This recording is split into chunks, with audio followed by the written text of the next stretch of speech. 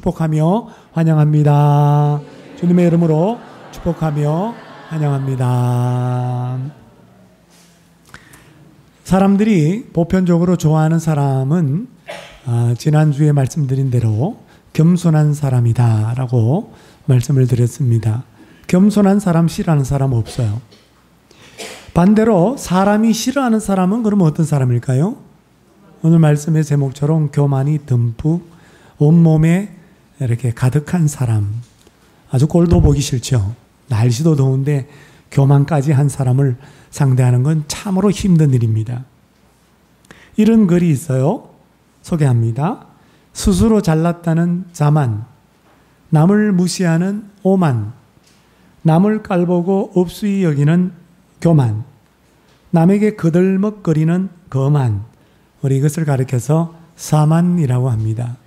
사만 형제라고 부르죠. 사람들은 사만 형제를 싫어해요. 자기도 이 사만 중에 몇 개를 갖고 있으면서도 사만 형제를 싫어합니다. 마찬가지로 우리 하나님께서도 사만 형제를 싫어하세요. 그래서 잠언 6장 16절 17절에 보면 여호와께서 미워하시는 것 곧 그의 마음에 싫어하는 것이 6, 7가지가 있는데 그 가운데 첫 번째가 뭐냐면 교만한 눈. 잠언 8장 13절에도 보면 나는 교만과 거만, 벌써 2만 형제가 등장했습니다. 끝에 보니까 미워하느니라. 잠언 16장 5절에도 물은 마음이 교만한 자를 여호와께서 미워하신다라고 말씀하고 있습니다. 그러니까 하나님은 교만을 미워하고 교만을 싫어하세요. 우리와 똑같습니다. 오늘 본문에 보면 지난 시간에 남유다의 아마샤 왕에 대해서 우리가 함께 나누었는데 아마샤 왕이 처음에는 겸손한 사람이었어요. 그 겸손이 무엇인지에 대해서 우리가 보았죠. 그런데 차츰 시간이 지나면서 겸손하지 않고 교만해져 갑니다. 오늘 본문은 이 아마샤 왕의 교만이 무엇인가, 교만의 결과가 무엇인가를 우리에게 말씀해 주고 있어요. 사랑하는 성도 여러분, 오늘 이 말씀을 통해서 하나님이 싫어하고 미워하는 교만한 사람 되지 않기를 바랍니다. 끝까지 교만은 우리 가운데 없기를 주님의 이름으로 축복합니다. 교만이 뭘까요? 첫째로 교만은 사람 중심의 예배 드리는 거, 그거 교만입니다. 3절 하반절 4절에 보니까 그의 아버지 요아스가 행한 대로 다 행하였어도 무엇을 제거하지 않았어요? 오직 산당들을 제거하지 아니하였으므로 백성이 여전히 산당에서 제사를 드리며 분향하였더라. 그러니까 아마샤 왕은 아버지 요아스 왕, 요아스 왕은 성전을 수리했던 왕입니다. 요아스 왕과 닮은 점이 굉장히 많아요. 요아스처럼 처음에는 겸손했는데 마지막엔 교만해요. 요아스처럼 아마샤 왕은 산당들을 그대로 두었다라는 거예요. 그래서 산당에서 제사하고 산당에서 분향하도록 허락했다라는 거예요. 산당은 본래 가나안 족속들이 그 팔레스타인 땅에 살면서 자신들의 우상인 바알과 아세라 신을 섬기기 위해서 높은 곳에 만들어 놓은 것이에요. 그게 산당이에요. 그래서 영어 성경의 산당을 보면 high place라고 되어 있어요. 그러니까 높은 장소라고 되어 있습니다. 하나님께서 이스라엘 백성들이 이제 가나안 땅을 목전에 두고 있을 때 이스라엘 백성들에게 모세를 통해서 하나님께서 이와 같은 명령을 하셨어요. 민수기 33장 52절입니다. 그 땅의 원주민들, 가나안 7족속들을 다 너희 앞에서 몰아내고 그 다음에 그들의 산당을 다 어떻게 하라고요? 헐라라고 명령하셨어요. 근데 이스라엘 백성들은 여호수아를 통해서 가나안 땅을 정복하고 난 다음에 사사시대 주전 12세기부터 하나님께서 높은 장소에 임하신다라고 생각을 한 나머지 가나안 사람들이 만들어 놓은 산당들을 헐지 않고 그냥 내버려 두고 오히려 그 산당에서 하나님께 제사를 드리고 분향하는 일을 해버렸습니다. 이 산당을 이용한 거죠. 이스라엘 백성들이 가나안 사람들의 그 풍요의 신, 숭배 의식과 그리고 관행을 그대로 받아들인 것입니다. 그래서 주전 12세기, 그러니까 사사시대 때부터 주전 621년 요시야 왕의 종교개혁까지 산당들이 무려 500년 동안 이스라엘 민족 가운데 존재했다라는 거예요. 우리가 잘 아는 대로 기브온 산당에서 제사를 드리고 일천번제를 드렸던 왕이 솔로몬 왕입니다. 솔로몬 왕도 산당에서 제사를 드렸어요. 근데 솔로몬은 심지어 모압의 우상 그리고 암몬의 우상을 위해서 산당들을 지어서 그 산당에서 우상을 숭배하며 그리고 제사를 드렸어요. 왜냐하면 부인들을 많이 이방 여자들을 정략 결혼을 하다 보니까 그 부인들이 갖고 온 그들의 신들이 있단 말이죠. 그들의 신들을 위하여 산당들을 아주 친절하게 지어주고 그리고 제사 지내고 자기도 분향했던. 그런데 어떤 일이 어떻게 됩니까? 이 산당 제사, 물론 하나님께 제사를 드린다는 명목으로 산당 제사를 드리고 분향을 했지만 이것이 점점 변질이 되어서 나중에 우상 숭배의 장소로 산당이 변화되고 맙니다.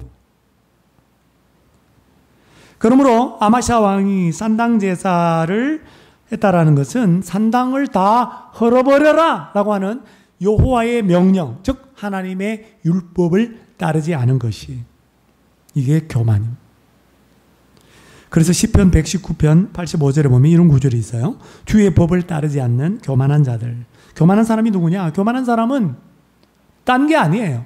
하나님의 말씀을 따르지 않고 산당을 헐라라는 주님의 말씀을 거역하고 산당 제사를 하는 것. 이게 교만. 여러분 어떤 사람은 그렇게 생각할 수 있어요. 아니 산당에서 제사를 드리든 분향을 하든지 간에 그 제사를 받는 분은 하나님 아니냐? 그러면 산당에서 제사 드려도 되는 거 아닌가? 라고 생각할 수 있어요. 그런데 여러분 분명히 아셔야 돼요. 하나님의 율법은 출애굽기 25장 8절에 보면 내가 그들 중에 거할 성소를 그들이 나를 위하여 짓대라고 얘기해요. 그러니까 성막 설계도를 모세에게 시내산에서 주면서 뭐라고 그러니까 그들 중에 거할 성소, 즉 이스라엘 가운데 내가 거할 성소, 하나님이 거할 성소, 하나님이 이스라엘을 만날 성소를 나를 위하여, 나는 누구예요? 하나님 자신을 위하여 만들어라는. 그래서 하나님의 율법은 성전 제사만 허용하는 것입니다. 산당 제사를 만약에 하나님이 원하시면 산당도 지어라 그렇게 얘기했겠죠. 그런데 산당을 허물으라는 얘기를 하나님 하실 이유가 없는 거예요. 그리고 출애굽기나 레위기를 읽어보면 율법에 보면 제사에 대해서 확실하게 하나님께서 자세하게 하나님의 방법대로 절차대로 제사를 드리라고 하는 그런 것까지도 상세하게 묘사하고 있습니다. 그리고 하나님께서 분명히 성전에서 성막에서 성소에서 내가 너를 만나주겠다라고 약속하셨어요. 그러므로 산당 제사는 하나님이 원하는 제사가 아니란, 하나님의 율법에도 허용하지 않는 제사입니다. 그렇다면 왜 솔로몬이 성전을 그 다음에 성전 짓기 전이니까 기본 산당에서 번제를 드렸지만 그러나 솔로몬이 성전을 짓잖아요. 성전을 짓고 계속해서 남유다의 예루살렘 성전이 있음에도 불구하고 왜 성전 제사만 드리면 되지 산당 제사를 드렸을까?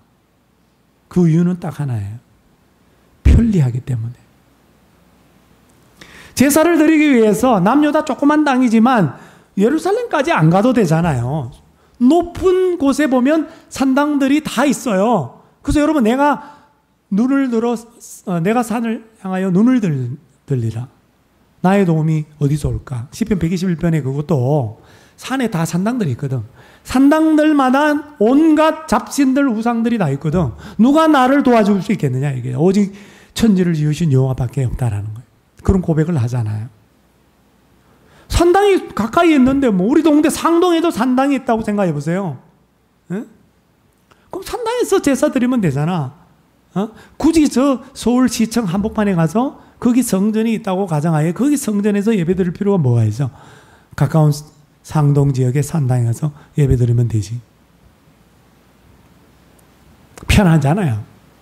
사랑하는 여러분, 오늘날 우리 가운데도 믿는 사람들 가운데도 산당 제사를 드리는 분이 있어요. 하나님께 예배를 드린다고 하지만, 하나님을 믿는다고 하지만 예배 드릴 때 영과 진리로 예배 드려라. 이게 주님의 법이에요. 신령과 진정으로 예배를 드려라. 영과 진리로 예배 드려라. 영화는 영이기 때문에. 그러니까 이게 하나님의 법대로 예배를 안 드리면 산당 제사 드리는 거야. 하나님이 어떻게 예배를 드리라고 했어요? 마음과 뜻과 정성을 다하여 예배를 드려라. 하나님을 사랑하는 마음으로, 그리고 구원의 은혜에 감사하는 마음으로 예배를 드리라 그랬단 말이에요. 그 감사가 빠지고 감격이 빠지고 형식적으로 껍데기만 여기 앉아가지고 예배 드린다고 그게 예배냐 이거죠. 그게 산당 제사예요. 내 편한 대로 내 마음대로 주님의 말씀대로 예배 드리지 않고 내 편한 대로 내 마음대로 내 감정대로 드리는 예배, 이것 또한 산당 제사입니다. 여러분, 코로나 때 우리는 이 산당 제사를 얼마나 많이 드렸는지 몰라요. 어떤 권사님 그러더라고. 집에서 예배 드리는 거 너무 편하고 좋더라고. 편한 게 그게 산당 제사예요. 산당 제사. 너무 편하다 보니까 나중에 어떻게 되는 줄 아세요? 처음에는 교회에서 사진 찍어서 보내라 했대요. 제가 부목사로 있었던 교회 보니까 사진 찍어서 보내라. 그러니까 사진 찍어서 보내라 하니까 대충 드릴 수 없잖아. 그렇게 영상으로 예배를 드려도 딱 정자세로 할아버지 할머니들은 다 양복 입고 말이죠. 정장 차림인데 손자 손녀들은 뭐 대충, 아들 며느리는 대충 그냥 티 셔츠 입고 그냥 대충 그냥 예배를, 그래도 정자세로 예배를 사진 찍어서 교회에 보냈던. 시간이 지나니까 어떻게 돼? 나중에 이제는 뭐 사진 그런 것도 필요 없어. 이제 사진 확인도 안 해. 들어누워서 예배 드리는 거야 이제는. 콜라 마셔가면서 오징어 뜯어가면서 영화 보는 겁니까? 예배를 관람하고 있더라고. 코로나가 길어졌으면 큰일 날 뻔했어요. 거기에 익숙해져가지고 그게 편하다. 편한 대로 그럼 예배 드리면 되겠네. 편한 대로. 그게 산당 제사예요. 여러분, 그런 산당 제사, 내가 편한 대로 드리는 제사, 내 마음대로 드리는 제사, 그런 예배에 하나님이 임하시겠어요? 하나님이 그 예배를 받으시겠어요? 한번 생각해 보세요. 여러분들이 하나님이라면 그런 예배 받으시겠냐고. 신앙의 본질은 하나님과의 만남이에요. 예배도 목적이 하나님 만나는 거, 하나님께 영광 돌리는 거예요. 우리가 하나님과의 교제를 추구하지 아니하고 교회 나가서 예배드리고 뭐 봉사하고 헌금하고 한다고 하면 하나님이 반드시 내 삶 속에 어떤 복을 주시고 보상해 줄 거야 라고 하는 기대를 가지고 신앙생활하는 것, 이거 사람 중심의 신앙생활, 사람 중심의 예배, 산당 제사에 불과한 거예요. 하나님을 위하여 성막을 지어라 그랬단 말이에요. 나를 위하여는 우상을 섬기고, 나를 위하여는 산당 제사를 드리죠. 그러나 하나님을 위하여서는 성전 예배를 드려야 돼요. 사랑하는 여러분, 요아스와 같이 산당 제사를 드리고 있지는 않습니까? 다시 말하면 사람 중심의 예배, 나 중심의 예배, 산당 제사를 드리고 있지는 않습니까? 여러분, 산당 제사는 하나님이 허락하는 제사가 아닙니다. 하나님이 원하는 게 아니에요. 그러므로 오직 하나님을 사랑하고 하나님을 존중히 여기는 마음으로, 그리고 마음과 뜻과 정성을 다해서 여러분 예배 드릴 수 있기를 바랍니다. 무엇보다도 십자가 예수 그리스도의 구원의 은혜에 감사하고 감격하는 마음으로 마땅한 반응으로서 하나님 앞에 예배를 드리시기를 바랍니다. 하나님을 만나고자 하는 사모하는 마음으로 예배를 드리시기를 바라요. 하나님과의 교제를 추구하는 저와 여러분들이 되시기를 바랍니다. 두 번째로 교만이 뭐냐 하면, 두 번째 교만은 하나님을 버리는 겁니다. 하나님을 버리는 것. 아마샤 왕이 그동안 남유다를 배반했던 에돔을 공격해서 셀라를 정복했다. 오늘 본문 말씀 바로 앞에 나오죠. 셀라는 요르단의 페트라라고 분명히 말씀드렸습니다. 그리고 난 다음에 아마샤 왕이 에돔과의 전쟁에서 승리하고 돌아올 때 무슨 일을 했는가? 오늘 열왕기에는 나오지 않지만 역대하 25장에 보면 아마샤 왕이 희한한 일을 하나 해요. 역대하 25장 14절입니다. 다 같이 한번 읽어볼까요? 시작.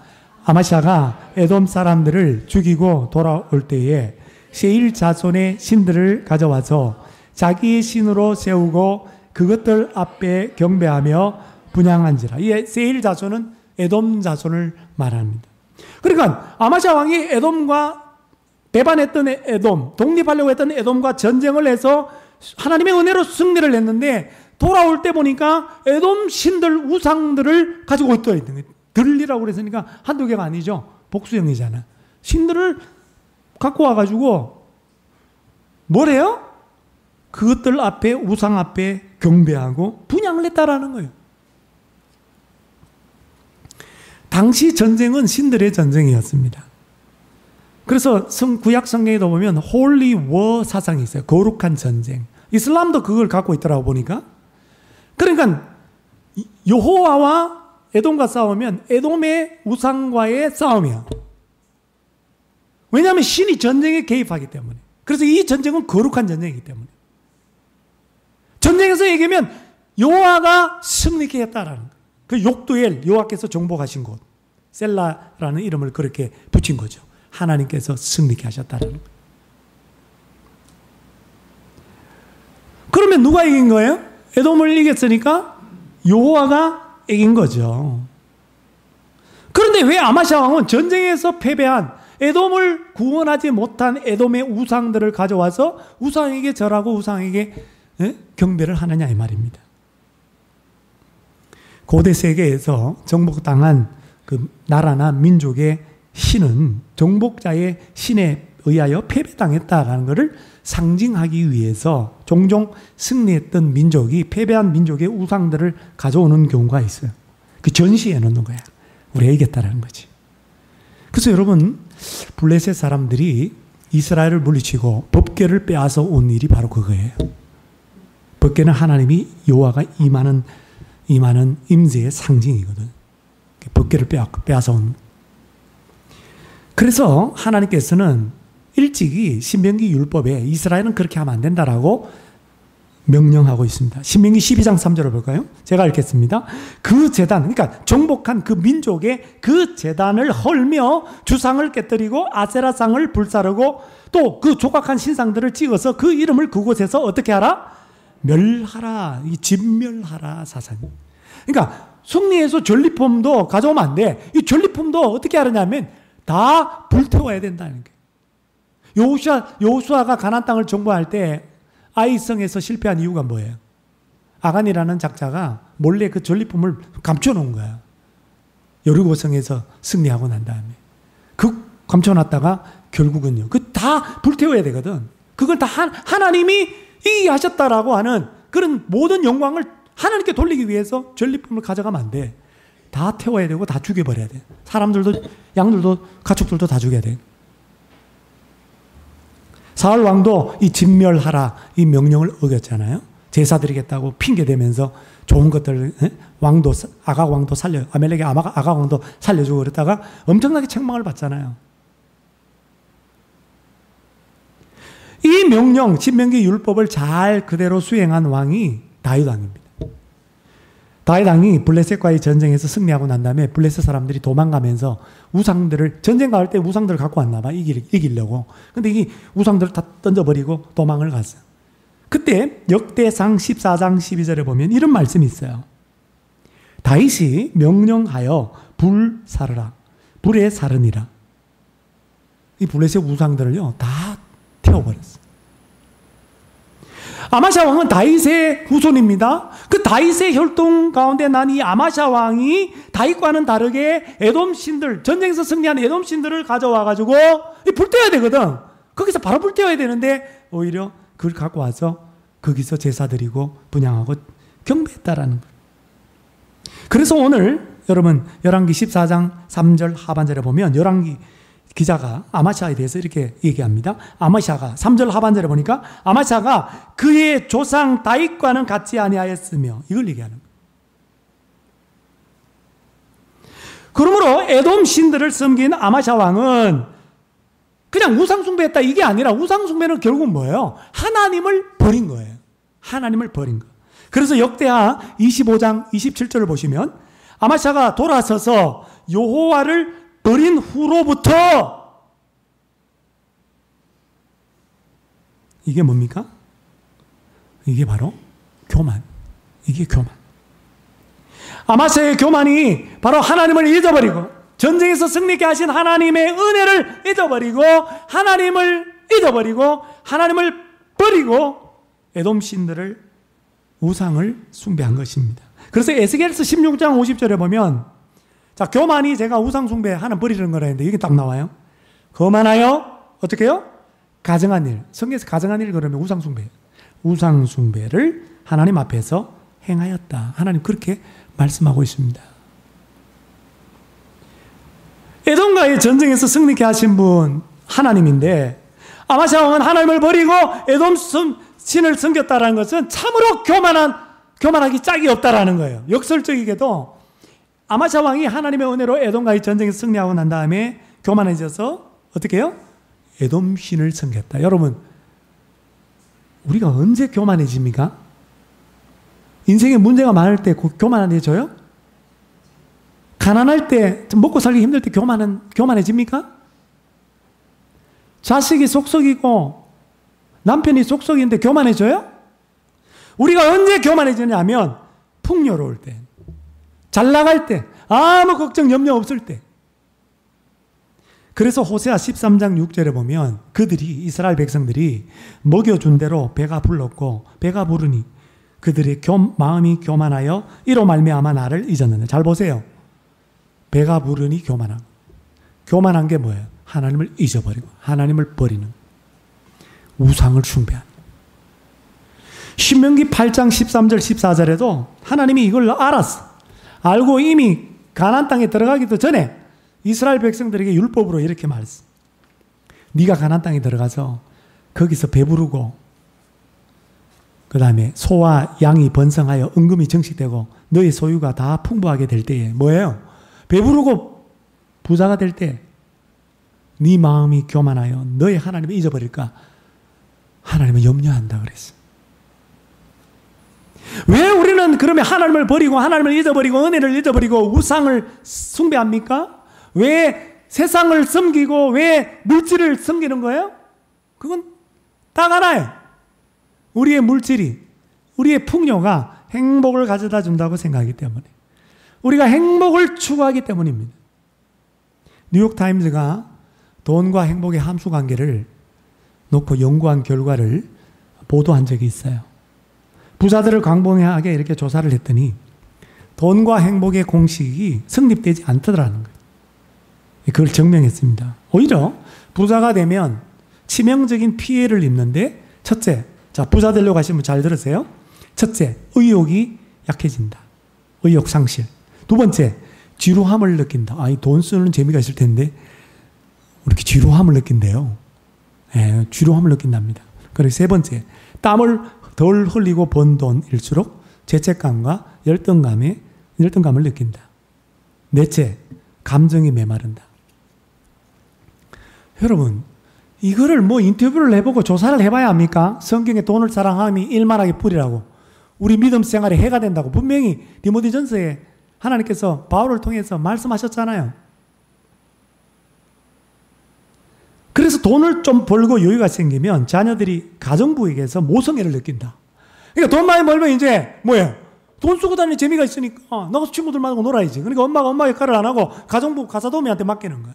여기 필리핀 여기 보니까 이번에 100명 온다고 그러던데, 경쟁률 뚫고 오는데 그분들한테 가사도우미 이제 돌보미 맡긴대, 애들을.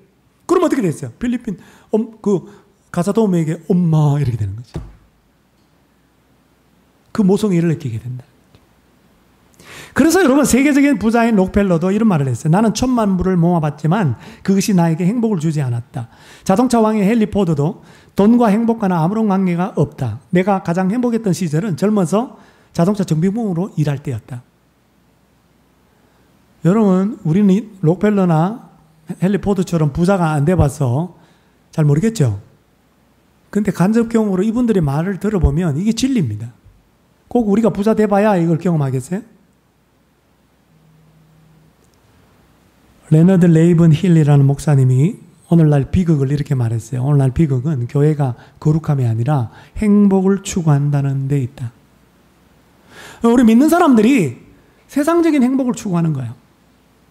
예수를 믿어도, 하나님을 믿어도, 아이, 세상적인 건강과, 이게 잘못됐다는 게 아니라, 건강과 자녀가 잘 되고, 또 부자 되고, 그렇게 행복하게 살아가는 거, 그걸 위해서 믿는다는 거예요. 그럼 어떻게 되는 거예요? 하나님과 교제하고 하나님을 믿고 하나님과의 관계를 맺고 자녀로 살아가는 거, 이게 목적이 돼야 되는데, 하나님처럼 거룩하게 되는 게 목적이 되는데, 행복이 목적이 되면 순서가 뒤바뀐 거죠. 그러면 거룩도 필요 없어. 그래서 우리 예수 믿는 사람이 거룩하지 않아서 요거도 먹는 거야. 그리고 기복주의 신앙에 빠지는 거지. 그래서 하나님께 예수 믿어도 별 볼일 없네, 이딴 소리나 해서고, 예수 믿어도 내 자식이 아프고, 예수 믿어도 내 자식이 속썩이고, 예수 믿어도 남편이 속썩이고, 예수 믿어도 병이 안 낫고, 그리고 시험 들어가지고 교회 안 다니는 거예요.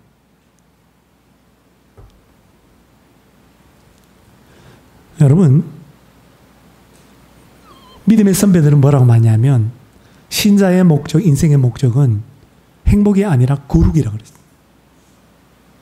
우리가 거룩을 추구하고 하나님과의 만남을 추구하고 하나님과의 교제를 추구하고 그렇게 깨끗한 믿음으로 나아가면 하나님께서 세상적인 행복도 때로는 주세요.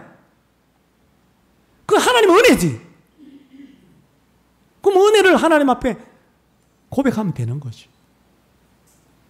근데 이게 뒤바뀌면 안 된단 말이지. 거룩이 목적이 아니라 행복이 돼버리면 하나님을 요술 램프로 이용하게 되는 기복주의 신앙, 오늘날 그거는 우상 숭배가 되는 거다. 자기 만족을 위해서, 세상적인 행복을 위해서. 그거 믿는다면 모양은 믿는 거지만 그 기복주의 우상 숭배예요. 행복을 추구하면 결국은 어떻게 됩니까? 하나님을 버리게 되고 하나님의 은혜를 잊어버리게 되고 우상 숭배로 변질될 수밖에 없다라는 것. 사랑하는 여러분, 우리도 아마샤 왕처럼 교만하지 않습니까? 하나님께서 우리에게 참 많은 은혜를 베풀어 주셨는데, 무엇보다도 십자가의 은혜로 구원해 주셨는데 교만하여져서 하나님을 버리고 우상을 섬기지 않습니까? 다시 말하면 행복을 추구하지는 않습니까? 교만하지 말고 내게 은혜를 베푸신 그 하나님을 기억하고 십자가 구원의 은혜를 기억하고 여러분 오직 하나님만을 섬기시기를 바랍니다. 오직 거룩을 추구할 수 있기를 주의 이름으로 축복합니다. 마지막 세 번째 교만. 자, 첫 번째 교만이 뭐예요? 예? 네, 사람 중심의 예배. 두 번째는요? 그렇죠. 하나님 버리는 거, 우상 숭배하는 거라고 그랬어요? 세 번째, 회개하지 않는 것입니다. 아마샤 왕이 에돔 신들을 가져와서 섬기자 하나님께서 진노하셔서 무명의 선지자를 보내어서 경책하세요. 역대하 25장 15절. 저 백성의 신들이, 에돔 신들 말하죠? 세일 자손의 신들. 그들의 백성을 왕의 손에서 능히 구원하지 못하였거늘 왕은 어찌하여 그 신들에게 구하나이까? 그러자 아마시아 왕이 이 책망의 소리를 듣고 어떤 반응을 보인 줄 아세요? 역대하 25장 16절 상반절. 선지자가 아직 그에게 말할 때에, 그 말도 끝나기 전에, 말하는 동안에 말입니다. 말하는 동안에 중간에 탁 끼어들어가지고 왕이 선지자에게 우리가 너를 왕의 모사로 삼았느냐? 너 나의 카운셀러로 삼았어? 너 나한테 조언하는데 너 좋은 자로 삼았어? 스탑! 그쳐라! 어찌하여 맞으려고 하느냐? 이 맞으려 하느냐는 말이 뭐냐면 계속 이따구로 말하면 죽이겠다 이 말입니다. 요아스가 요야다의 그 제사장의 은혜를 잊어버리고 그 아들 스가랴가 성령의 감동을 받아 우상을 섬기니까 막 그럼 망한다고 얘기하니까 죽여버리잖아요. 요아스가 죽여버렸어요. 백성들 선동해가지고. 똑같아. 그 아들도 아마샤도 기분 나쁘다 이거지. 듣기 싫다 이거지. 결국 아마샤 왕은 선지자의 경책, 즉 하나님의 말씀을 듣지 않았습니다. 여러분, 교만은 바로 이거예요.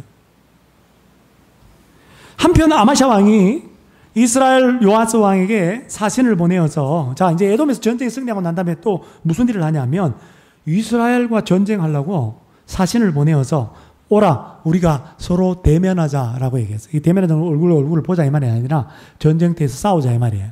선전포고를 합니다. 왜 아마시아 왕이 이스라엘과 싸우려 했는가? 학자들의 말에 의하면 에돔과 전쟁하려고 이스라엘 용병을 고용했는데 이스라엘 용병을 그냥 다시 돌려보냈단 말이죠. 근데 그냥 돌아가지 않고 어떻게 했어요? 유다 성읍들, 북부 성읍들을 침략해가지고 다 빼앗아 갔단 말이에요. 그거에 대한 복수였다라는 거예요. 복수. 아무튼 선전포고를 하니까 이스라엘 요아스 왕이 기가 차가지고 아마스 왕에게 사람을 보냅니다. 그 전가를 보내는데 우화를 하나 들려주면서 이렇게 말해요. 9절. 레바논 가시나무가 레바논 백향목에게 전가를 보내어 이르기를 네 딸을 내 아들에게 주어 아내로 삼게 하라 하였더니 레바논 들짐승이 지나가다가 그 가시나무를 질밟았느라. 여기 나오는 레바논 가시나무는 아마샤 왕, 남유다 아마샤 왕, 전쟁하자라고 했던 아마샤 왕을 가리키는 거예요. 레바논 백향목 누구예요? 북이스라엘 요아스 왕을 가리키는 거예요. 그러니까 이런 뜻이에요. 요아스, 야, 너 보잘것없는 가시나무 주제에 지금 나랑 한번 해보자. 나랑 한번 결혼 동맹 해보자고? 무슨 말이에요? 나와 똑같이 이렇게 고귀하고 아름다운 백향목 같은 지금 내한테 지금 덤비는 거야? 지나가는 들짐승이 너를 짓밟을 거야. 우화의 의미는 바로 이것입니다. 10절에 얘기하고 있어요. 9절을 얘기하고 10절에 해석을 했어요. 네가 에돔을 쳐서 파하였으므로 마음이 교만해졌네 이 말이에요. 그 스스로 영광을 삼아서 왕궁에서 또는 너의 집으로 돌아가라. 그 집에서 그냥 그걸 너의 영광으로 생각하고 그 영광을 누려라. 어찌하여 나랑 싸우려고 해가지고 화를 자취하고 그리고 망하고자 하느냐? 네 나라와 너가 망하려고 하느냐? 이스라엘 요아스 왕은 아마샤 왕의 한판 붙어보자 라고 하는 이 선전포고에 대해서 선을 넘었다고 생각합니다. 교만하기 짝이 없구만. 선을 넘었네. 계속 선을 넘으면 박살낼 거야. 박살난다. 이렇게 그 의미로 이렇게 전가를 보내었습니다. 여러분 앞서도 말했듯이 아마샤 왕은 에돔에서 승리하고 난 다음에 결국 교만해졌어요. 승리에 도취되어서 북이스라엘까지 치려고 했던 것이었습니다.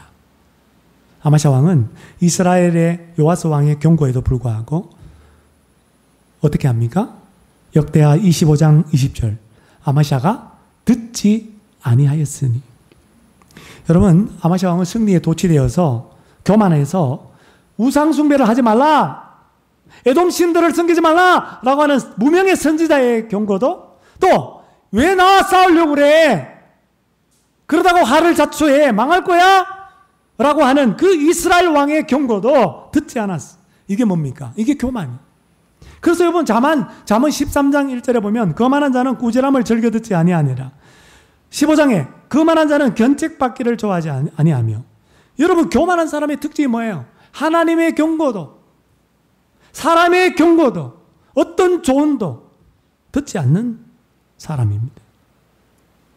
아마샤 왕은 사실 하나님의 선지자의 경고와 이스라엘 왕의 경고는 아마샤 왕에게 있어서는 회개할 수 있는 기회로 주어진 거예요. 그런데 아마샤 왕은 그 회개할 기회를 놓쳐버려요. 하나님의 경고도 사람의 경고도 무시해버립니다. 이게 교만은. 그래서 호세아 7장 10절에 보면 이스라엘의 교만은 그 얼굴에 드러났나니 그들이 이 모든 일을 당하여도 그들이 하나님의 여호와께로 돌아오지 아니하며 구하지 아니하다. 그러면 교만이 뭐예요? 교만은 회개할 기회를 줬는데 회개하지 않는 거. 하나님께 돌아올 수 있는 기회를 줬는데도 돌아오지 않는 거. 하나님 말씀을 무시함으로, 사람의 말을 무시함으로. 그게 교만.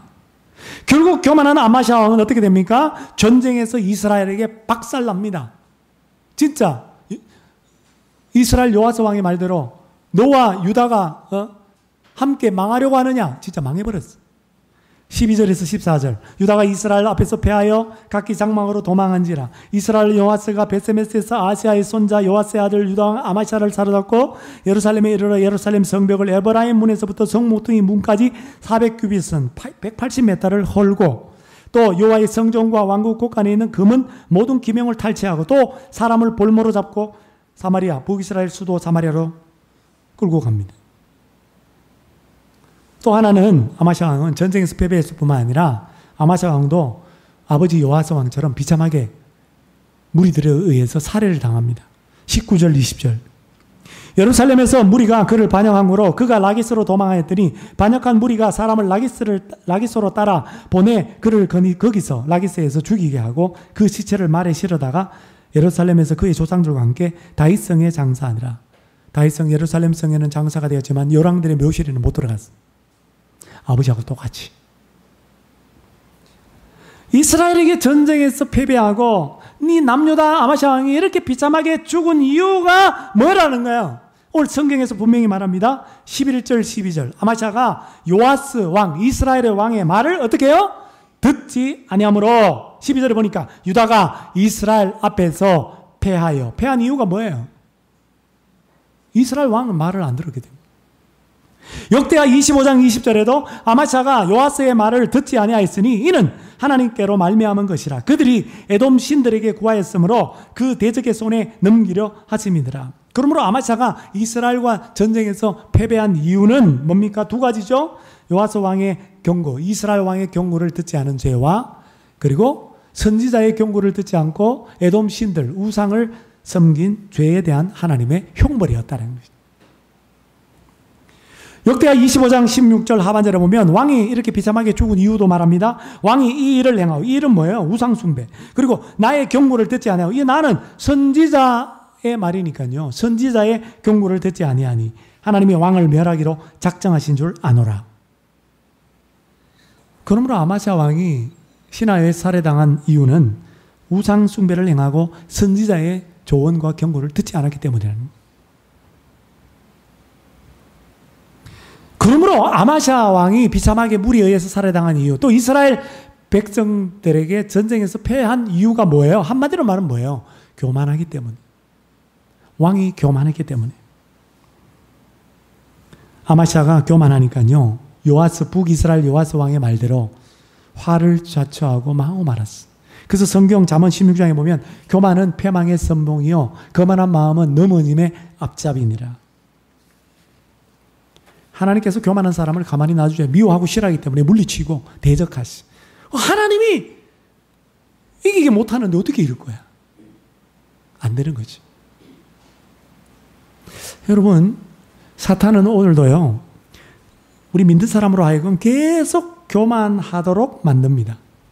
그래서 결국은 교만하게 만들어서 망하게 만드는 거예요. 이게 사탄의 목적이에요.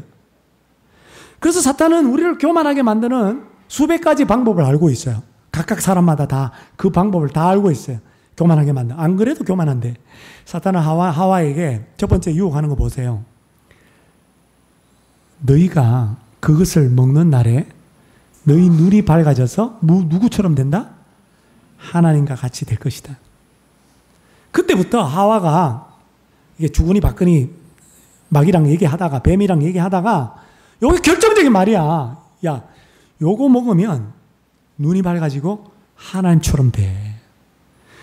안 쳐다봤는데 그동안에는 그때부터 이제 쳐다보는 거야, 이제 선악과를. 그러면서 바라보니까 뭐예요? 먹음직도 하고 보암직도 하고 먹기에 탐스럽기도 한 나무인지라. 그래서 다 먹고 남편에게 준 거야. 이게 여러분 죄의 시작이에요. 나 같은 죄인 살리신 작사자인 존 뉴턴 목사님, 흑인 노예를 팔던 이 사람이 회심해서 우리 주님을 만나고 난 다음에 목사가 됐어. 이분이 목회를 하는 가운데 설교를 하고 딱 내려왔는데 예배 끝나고 성도님이 귀에다 대고 어떤 분이 목사님, 오늘 목사님 설교 아주 위대한 것이었습니다. 그래서 목사님이 그 성도에게 이렇게 말해요. 그렇지 않아도 금방 마귀가 나한테 찾아와서 그렇게 내 마음속에 속삭였답니다. 그러니까 존 뉴턴 목사님은 늘 교만해지기 쉽다라는 걸 알고 마귀가 교만을 부추긴다는 걸 알고 성도들의 설교에 대한 칭찬까지도 그것을 그대로 받아들이지 않았다는 거예요. 그렇다고 뭐 저 설교 끝나고 난 다음에 목사님 설교 은혜 받습니다 이런 말 하지 말라는 소리는 아니고 제가 교만 안 하면 되는 거예요. 그러면 사랑하는 여러분, 우리는 이렇게 교만해지기 쉽다라는 거예요.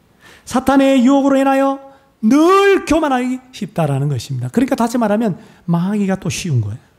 그래서 하나님은 예레미야 13장 15절에 이런 말씀을 하셔요. 너희는, 다 같이 읽습니다. 시작. 너희는 들을지어다, 귀를 기울일지어다, 교만하지 말지어다, 여호와께서 말씀하셨습니다. 예레미야 13장 15절입니다. 그러므로 우리가 교만하지 않을 수 있는 방법은 뭐냐? 그것은 늘 하나님의 말씀을 어떻게 해요? 귀를 기울일지어다. 하나님의 말씀에 귀를 기울이는 말씀을 받을 때 거부하지 말고 회개할 기회를 주신 그 하나님 말씀을 아멘으로 받아들이고 여러분이 회개할 수 있는 저와 여러분이 될 수 있기를 바랍니다. 그리고 무엇보다도 딴 거 필요 없어요. 하나님의 은혜를 기억해야 되는 거예요. 다른 은혜 다 못 잊어도 아들 예수를 십자가에 죽여서 나를 살리신 그 십자가의 구원의 은혜는 잊으면 안 되는 거예요. 그 구원의 은혜를 기억하고 존노턴 목사님이 여러분 겸손하게 삶을 마무리할 수 있는 비결이 뭐예요? 존노턴 목사님 제가 얘기했잖아요. 치매가 걸렸는데도 그분은 이거를 두 가지는 잊지 않았다. 날 위해 예수님이 십자가에 죽으셨다. 날 위해 주님이 십자가에 죽으신 것이 사실이라면은 주님은 나의 구원자이시다. 그걸 치매에 걸려도 그거는 안 잊었다는 거예요. 여러분 하나님의 은혜를 기억하고 주님의 말씀, 내게 주시는 말씀에 귀를 기울여 교만하지 않는 저와 여러분들이 되시기를, 그래서 하나님께 귀하게 쓰임받는 우리 모두가 되시기를 축복합니다. 우리 다 같이 한번 가슴에 손을 얹고 한번 기도하겠습니다. 오늘은 딴 기도 필요 없어요.